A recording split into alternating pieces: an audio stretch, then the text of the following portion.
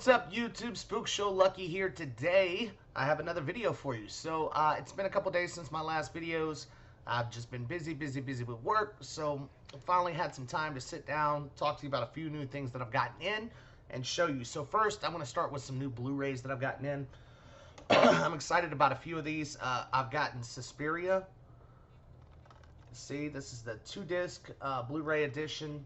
I got this on Amazon. I pre-ordered it. Finally came in. I've actually never seen this movie. So I'm really excited to check it out, watch it, give it a shot.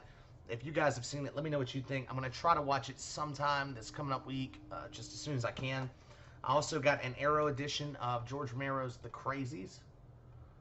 So I love that cover on this, too, with the gas mask. And I don't believe that I've actually watched this one either. I know that I've seen the remake, but I don't think that I've watched the original, so I want to check that out. Now, another one I got that I was really excited for was Unearthed and Untold, The Path to Pet Cemetery. So this came in, and I was glad it came in. When I pre-ordered on Amazon, they'll usually tell you the release dates, and this one never did. It just showed up. So they never actually updated to tell me, hey, you know, they're about to go ahead and start shooting this or filming it or putting it out. Excuse me, but it was one of those pre-order deals. And so it says the definitive documentary on making a Pet Cemetery. And what's cool about this is Pet Cemetery is such a great movie. There was never a bunch of stuff put out about it. Like, I mean, if you go, you know, we collect. And if you're watching this, you're probably a collector as well. You know, so we have masks and busts and toys and, you know, the NECA figures, the comics, whatever. Whatever you're into collecting, you could probably find the stuff that you like. You know, you have plenty of Michael Myers stuff out there. You have plenty of Jason, Freddy, all of it. You know, it's all out there. It's all available. But Pet Sematary really doesn't have many things. This or The Lost Boys. Those are two that are, I think, were pretty, like, detrimental films to the industry. Like they had to be made. And they're great films, but you can't find anything past just watching the film. So it was really cool that they actually had something come out. I'll read the back here for you. It says, it's true that sometimes dead is better, but for two New England filmmakers, the story of Stephen King's Pet Sematary was far too alluring to leave buried. That's why John Caponero, and Justin White spent nearly 5 years seeking to uncover the story from book to film to cult status, amounting to the most comprehensive look at the horror classic ever produced. So, it says it's a both in-depth, independent documentary and celebration of King's classic tale of terror told through the voices and cast and crew from the 1989 hit film, as well as locals in Maine, the place where it all started. And so, in addition to first-time ever interviews, tours, and many iconic locations used in the film and never before seen photographs and home videos from the set, this film explores the impact Pet Sematary has not only to horror fans, but scholars of Stephen King's work. Featuring interviews from the director Mary Lambert, stars Dennis Crosby, Dale Midkiff, Miko Hughes, and Brad Greenquist, Andrew Hubisek, I don't know, Sean Bloomerang, and Beardle twins, Michael Lambert, and many more. So this just has rare on-set footage, documentary, a sizzle reel, the trailers, everything. I mean, it's basically what you would get in an Arrow release, you know, but they didn't have one, you know, really for this, and didn't have all this behind-the-scenes footage. Plus, it's more documentary style, which I think will be kind of cool. So, we're going to definitely check this out, and I'll let you guys know. Now, what I was most excited about getting in was I had ordered a mask from Fear the Dark Studios, and I've talked about this before. He did my Freddy, the Chest of Souls that you saw. He's actually on the mannequin right behind me over here.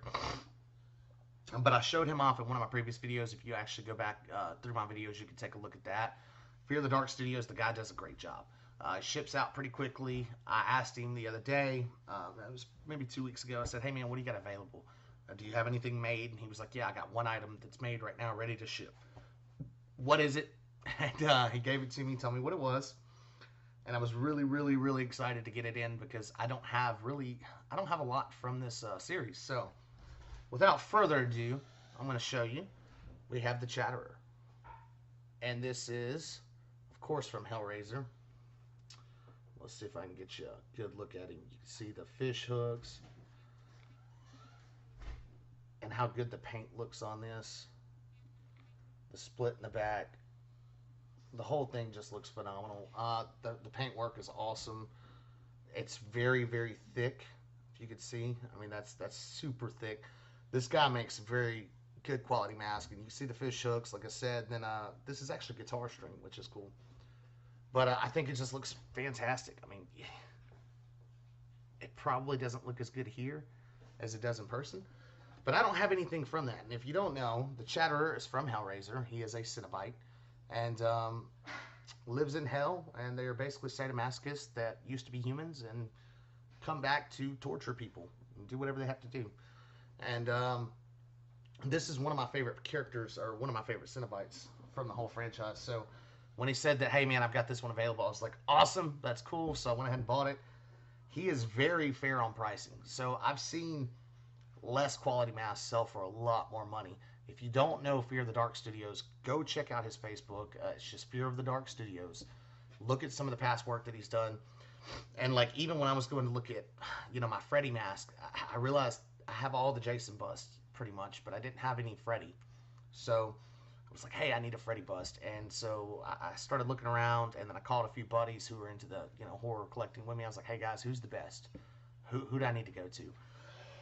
And off the wall, somebody mentioned this Fear of the Dark Studio. So I went to his page, checked it out, and it was the most Robert Englund looking Freddy that I'd seen, which is a huge deal to me because I see these, like, I'm not going to mention any names, but I see a lot of busts made from big reputable companies. They look nothing like Freddy, so it was really important for me to have Freddy's eyes and just really portray the Robert Englund Freddy because, I mean, that's, of course, the only Freddy that matters. So when I saw this guy, I was like, man, how much are these masks? And I've seen the Freddy bust selling for $400 or $500, and they're like $200 and something shipped with this guy. They are cheap. I think he charges like $195 plus shipping, which is insane, especially with the detail that you get. I think that's what I paid for my Chatterer. So if you don't know him, go over there, shoot him a message, tell him you know me. And check out his work, or at least go to his page and look at his work, even if you're not looking to buy something, because he makes a lot of cool busts that some other people don't have. I know he's doing like a Beetlejuice. He does the Big Mouth Freddy. He does a few different busts that are really, really cool. So make sure you go check him out, show him some love.